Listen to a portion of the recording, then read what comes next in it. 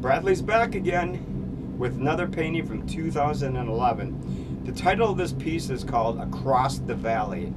I think this is my 6th outing now, showing off my paintings from 2000 to 2013. Hi, I have waved to everybody. It's your typical 16 by 20 canvas, and it's just a boring little winter painting. You know, I just wanted to kind of make something very subtle, something very distinctive. And let's start with the sky first. First of all, I got a really beautiful sky. If you look right here, right? Oh, see beautiful sky right here. And I wanted to have a lot of puffy clouds. I wanted to kind of make it look bright and, you know, and illuminated and cheery and stuff like that. But if you look way back here, you can see all these little mountain ranges back here. These are actually mountains back here. And of course, you know, pine trees, you know, the background, stuff like that. Very subtle, you know, all kinds of detail in this particular area. You got to look really closely to see all the little, you can actually see the pine trees way back by the mountain range back there. I just wanted to kind of, it's hard to explain what I was thinking when I did this painting. I wanted to kind of create some kind of a ending point right here when I had this. The lake is going to kind of be, it's kind of like just a frozen over lake. And it kind of ends down in this area, right where my fingers were right there.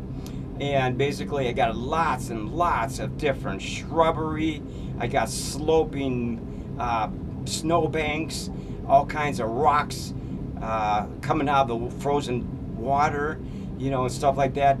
White caps on the, all these white caps are just basically sections of the lake that are just, maybe there's a bunch of snow on the ice and stuff like that.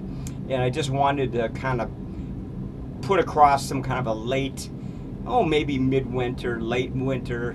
You know, it's not ready to thaw and melt yet, but basically it's just basically getting ready to change into spring. You know, it's just kind of, like I said, midwinter, late winter, maybe it's early spring. I'm not really sure how you want to explain it. I like how I did all these pine trees way in the back. See, if you look way back there, you can see all these are all like I said, mountain ranges and stuff back there. All that small detail back there. All the darker areas in here. There's actually land showing up over here and stuff like that. It's kind of cool looking the way I did this. I wanted to kind of give it a sloping look, you know, straight down like this, sloping to where the lake actually, or the river actually starts. The bank, the shore bank, what do you want to call it? The shore bank. What do I say shore bank for? Oh, look at all these little rocks right here. Isn't that kind of cool? And on this side, you got all these rocks over here, you know, sitting on the shoreline and stuff like that. And basically you got some brown showing, all these little pine trees, different height in pine trees. You want to create a lot of different height on these pine trees, because not all trees are exactly the same. You look at nature, winter, spring, fall, or summer, doesn't make any difference. They all have their distinctive heights, their distinctive, colors, stuff like that. So that's what I wanted to do. That's why you see different heights here on my pine trees. Like over here too, in particular, you got this tall one right here, but it gets smaller and smaller as you go back towards the mountain range way back there. And you want, like I said, depth is important, distance is important. It's very important. And then you got this big gnarly one right here. And then over on this side, you got a big one. Look at that one. This one's just huge. He just goes right off the canvas right there. I kind of like that a lot, man. But anyway, there's not a lot to talk about this painting. I put a lot of detail into this painting. If you look at down here, look towards the bottom here, you see lots of different weeds coming up, rock formations, patches of green and gray and brown and stuff like that. Of course, my signature is way down here. Bradley Enfield 2011, and you got all these dark areas by the shoreline, and like I said, you got to create shadows, of course. It's really important. I like how he did. Let me kind of spin around a bit here. See if I can get this to work right. Yeah, let's go this side over here. So anyway, you got all these shadows right on the shoreline right here. You got some darker areas in the lake. You got all this particular shoreline stuff right down here.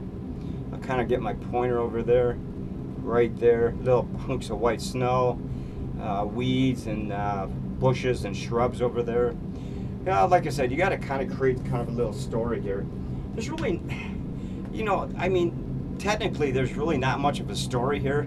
It's just kind of like an observation what I thought might be kind of interesting to put on canvas, to paint on canvas. It's your typical oil paints. I mean, there's nothing really special about my medium. I use oil paints, of course, and there's a zillion brands of oil paints out there, so you can whatever flips your fancy, or whatever. Did I say whatever flips your fancy? Something like that. Oh, anyway, I kind of like all this stuff down here, man. I like how I put this darker stuff down here. We're starting to get down to the bottom of the painting. Like I said, distance, out, and down, down, down, down. You got to create distance here. From the sky all the way to the very bottom of the painting. Distance is very important. I know I keep harping on that particular idea, and that because it's really extremely important. Depth and distance. You got to really set your painting up to a certain way that people look at it and go, wow, what the hell is way back here, man? Oh, I don't know, it could be a little village back there. Could be like a little town back there. By that mountain range back there, there's like a little town, or something like that. You never know, man. You just got to come up with something in your imagination and kind of go from there, right? That's really what it's all about, I mean, you got to create a story in your mind and kind of just apply it to the canvas, This is not rocket science, folks. Trust me. It's just your imagination and applying the paints in the correct hues and stuff like that, and the distance, the depth and everything like that in your paintings. It's really, you just got to kind of work it. You got to work your magic, basically. Like I said before, your sky, really don't want to have your sky way down here. You want to have it up here, or even possibly even higher, and really create some depth, really a lot of depth there. I chose this particular, I don't know, it might be about 6 inches or something like that on the canvas, and then I started to do the background, the mountain range and all that stuff back there. But I kind of like how I did all this stuff over here. By these really small pine trees over here, I got like dark patches, right? There's probably no snow in that particular area, so basically the pine trees are just sitting there lonely by themselves. There's snow around them, but there's really nothing going on back there. I mean, little critters could be rummaging around their tree trunks and trying. Like I said, you got to create a story. Let me get some water here. Let me get my Pedialyte instead. All right, some Pedialyte, man. Like I said, I haven't had too many comments on some of my paintings. I kind of like this painting. I wanted to make it more whitish and more bright looking, instead of kind of a darker late afternoon scene like I did in my last review. One of my paintings across the lake, or quiet evening on the lake, wherever it was. I kind of like some of the stuff I did over here. Like I said, I use a variety of brushes.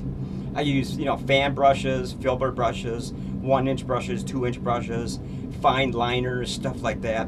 I got a whole slew of different brushes that I use. They all come into play in this whole canvas. You can't use the 2-inch brush to create these little weeds. You got to have smaller brushes, of course.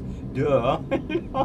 It takes a lot of work, man. You have a fine eye and a really super fine tip on your paintbrush, like a liners. Basically, they're called liner brushes.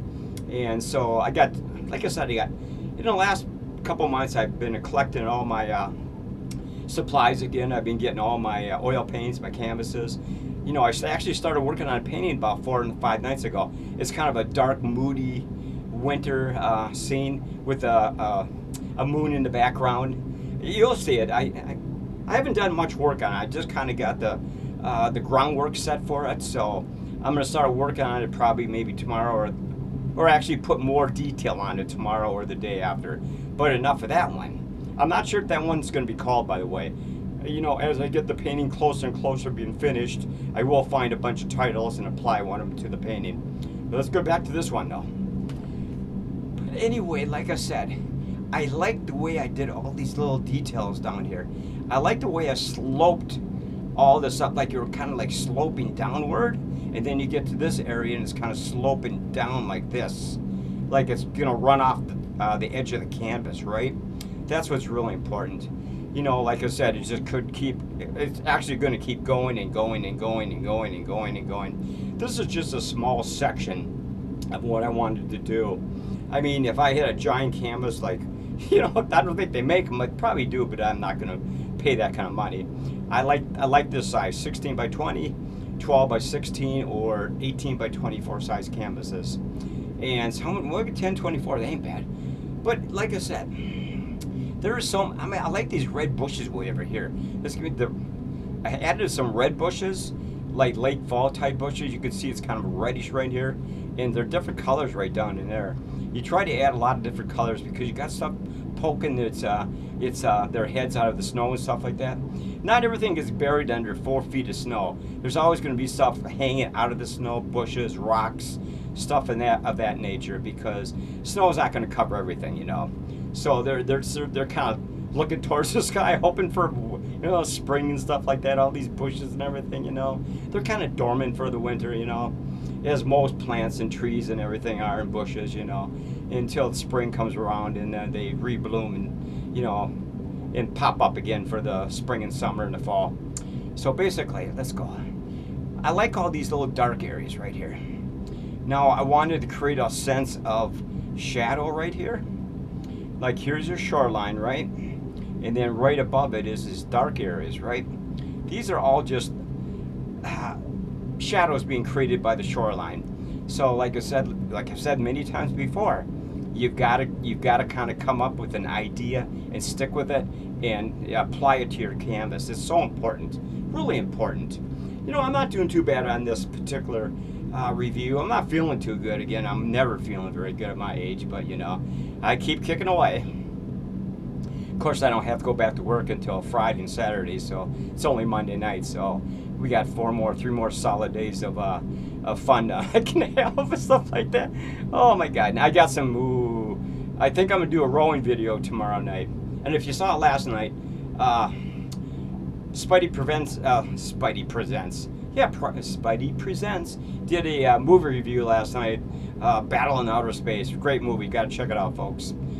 Check out the review. Spidey Presents was I posted it last night on my YouTube channel, and this one's going on my YouTube channel tonight. So I don't know. You know, there's not a lot I can really explain about this painting. The amount of detail that went in this painting is phenomenal, because all this stuff down from here is just little weeds popping out, bushes, shrubs, you know, rocks, you know, brown areas where the dirt didn't get covered by the snow. You know, the detail, like I said before, I know I keep repeating myself, and I'm sorry about that, but you've got to put detail in. I am really detail oriented. I've always thought that the more detail you put in your paintings, the better people appreciate what you've done. And they look at it and they go, how did you get all those little bushes and twigs and branches in your painting? It's detail. You got to have the brushes. You got to be willing to put the little bits of detail in there, just because, you know, it makes the painting look more realistic, in my opinion, you know.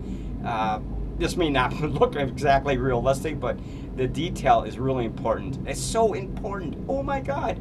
Yes, it's important. Hi. Anyway, these videos really don't do the painting justice. If you saw the painting in person, you could see the detail quite a bit better. And so, you know, I can only point out certain areas in the painting, and you got to have, I mean, like I said, you got to look closely at all the detail, poking his head out of the snow and stuff like that. And basically, that's really about all I can explain. I like these little mountain ranges, these pines right there, way back there. Look at the distance here.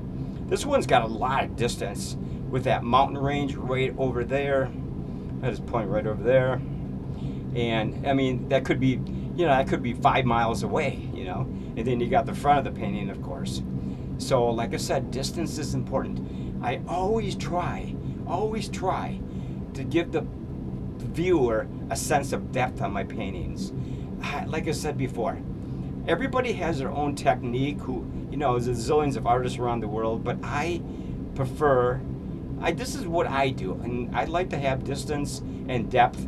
And, you know, I think it's extremely important. I keep repeating myself over and over and over and over.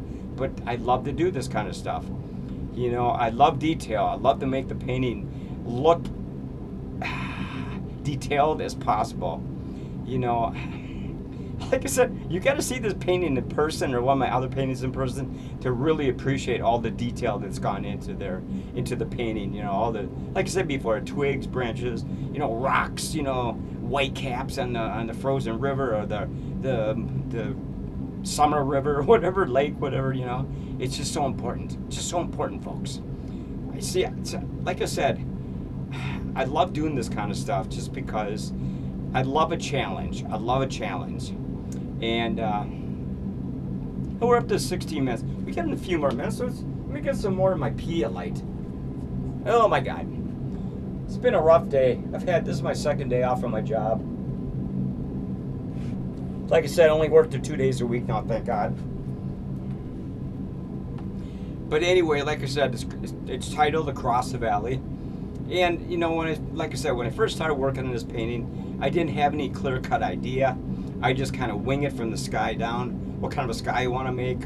And this one, I just wanted to have a beautiful blue sky with puffy clouds floating in the sky and stuff like that. I just take it from there and just work my way all the way down, you know. Create a little story right in here, you know, all the way to where the pine trees in the mountain range way back there. Just a little story. That's all you need to do. You know, no one's going to believe your story. It's actually, you just came up with it in your vivid imagination, stuff like that. So basically, you've just got to kind of, like I said, when you start to paint on a painting like this, you just kind of think about what you want to achieve. You kind of think about what kind of a story you want to kind of tell the viewers who are going to look at the painting, you know, stuff like that. You know, they kind of wonder how you did this, how you did this, how you did this, how you did all this stuff over here.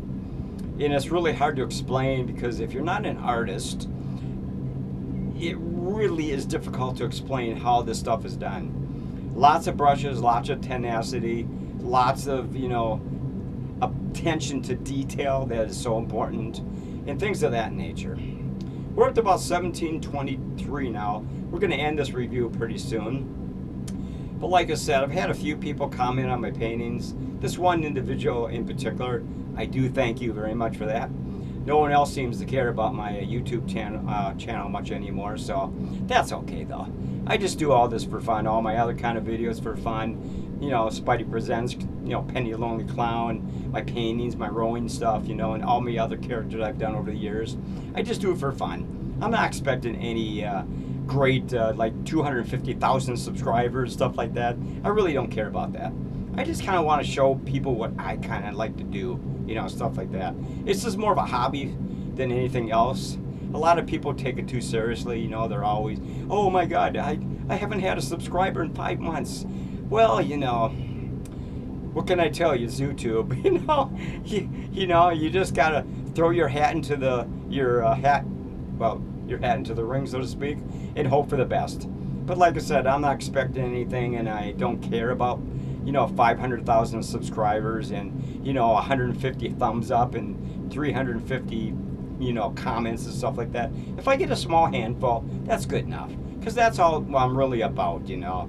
I'm not about looking for the glory and not about looking for the worldwide fame and stuff like that. I just do what I do, you know. It's a hobby, folks. YouTube for me is nothing more than just a hobby. You're going to post my videos. I got some sculptures coming up pretty soon too. I want to show you some of my sculptures too. It's going to be kind of the same format as this, except they're going to be sitting on a spinny reel, one of those powder, what do you want to call this thing? They spin around. So basically, I'm going to be doing a lot of different stuff on YouTube besides Penny and everybody. And Penny will be coming back pretty soon, and Butcher, and more of Spidey Presents, you know, stuff like that, more rolling videos. So I'm trying to diversify my portfolio on YouTube, and, you know, it doesn't seem to be getting too much of a good response, but that's okay. Like I said, it's only a hobby for me. I just do this for fun. I don't expect... You know, I don't expect anything more than what I've already gotten, you know, so that makes me happy anyway. I just kind of want to show people what I do. So we're going to shut this video down. If you have any comments, If you want, you can subscribe to my channel.